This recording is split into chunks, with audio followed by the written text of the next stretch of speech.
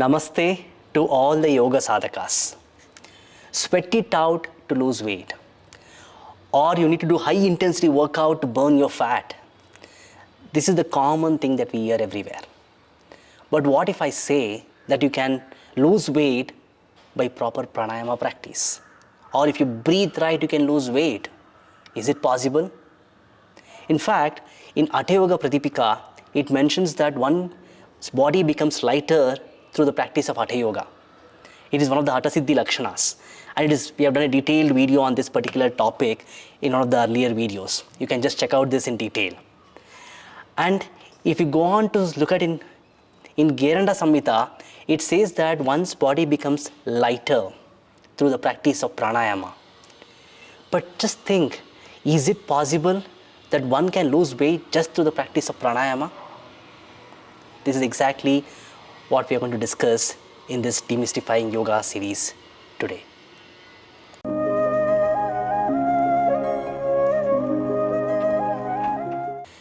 And this is the question that bothered a lot of people around, and including one person called Ruben Meerman.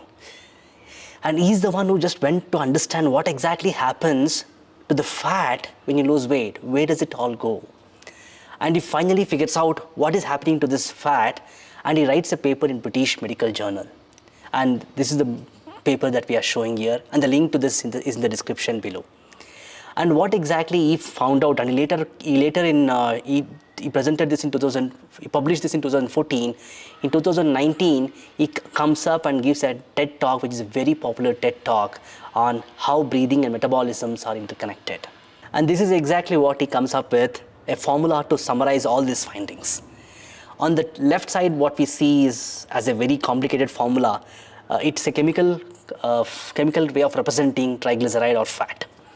And if you mix it with oxygen, it comes out and it gives out carbon dioxide, water, plus energy. And from primary school, we have been learning that we inhale oxygen, we exhale carbon dioxide.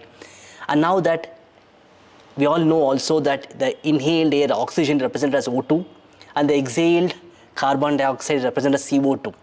And that additional CO2, or the C in CO2, is actually what is making that exhaled air a little heavier. So are we saying that the weight is coming through the breath? Hold on. The next slide is going to completely give you all the answers.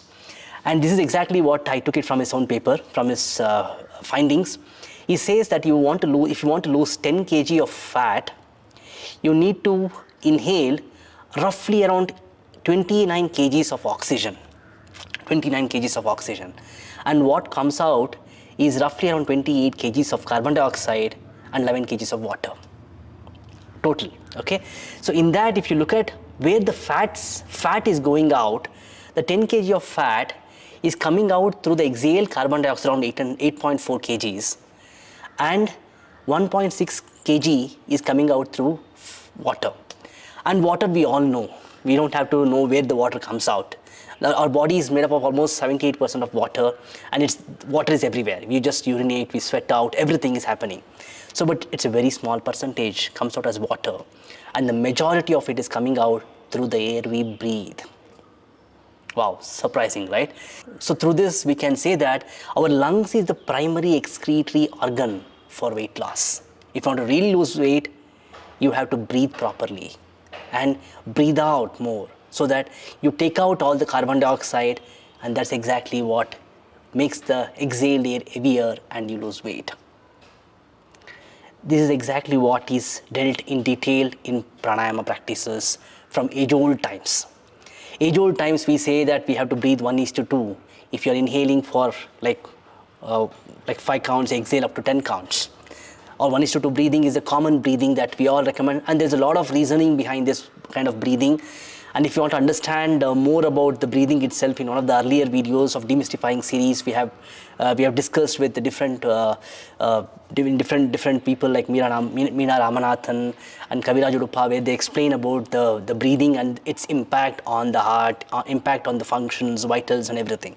You can just check out those videos later. But this is one of the common concepts we hear about in the pranayama practices, 1:2 breathing, and also we hear about kumbhaka, holding your breath. for longer and then exhaling out. So if you look at it logically, what exactly is happening? When you inhale, you're holding your breath for longer duration and exhaling it for longer duration. So that means you're giving literally more time for that oxygen and carbon dioxide exchange to happen. We all know that we inhale oxygen and the carbon dioxide is given out. But the more you inhale or more you hold your breath, you're giving a lot more time for that exchange of gas to happen, and the exhaled air is going to be more heavier, logically thinking. Now, this is as simple as that. If you do pranayama practices properly, naturally you are kind of losing weight. If you think of it, all these high intensity workout or jogging, running, and all these physically exhausting thing which we do where you sweat a lot, all these literally what exactly you're doing is you're breathing faster. So when you breathe faster, you are allowing that more carbon dioxide to come out. But that same thing we are doing in pranayama practice in a much slow, methodical fashion.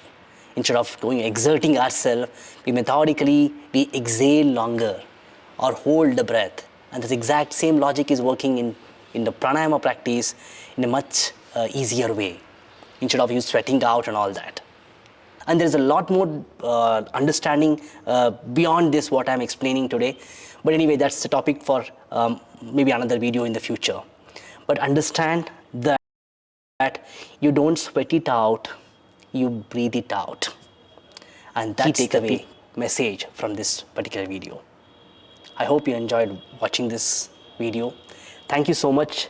And please kindly help us to share this knowledge to as many people as possible, so that we can reach out this knowledge and everybody breathes properly, so that people can take care of that weight loss in a much easier and seamless way. Thank you so much.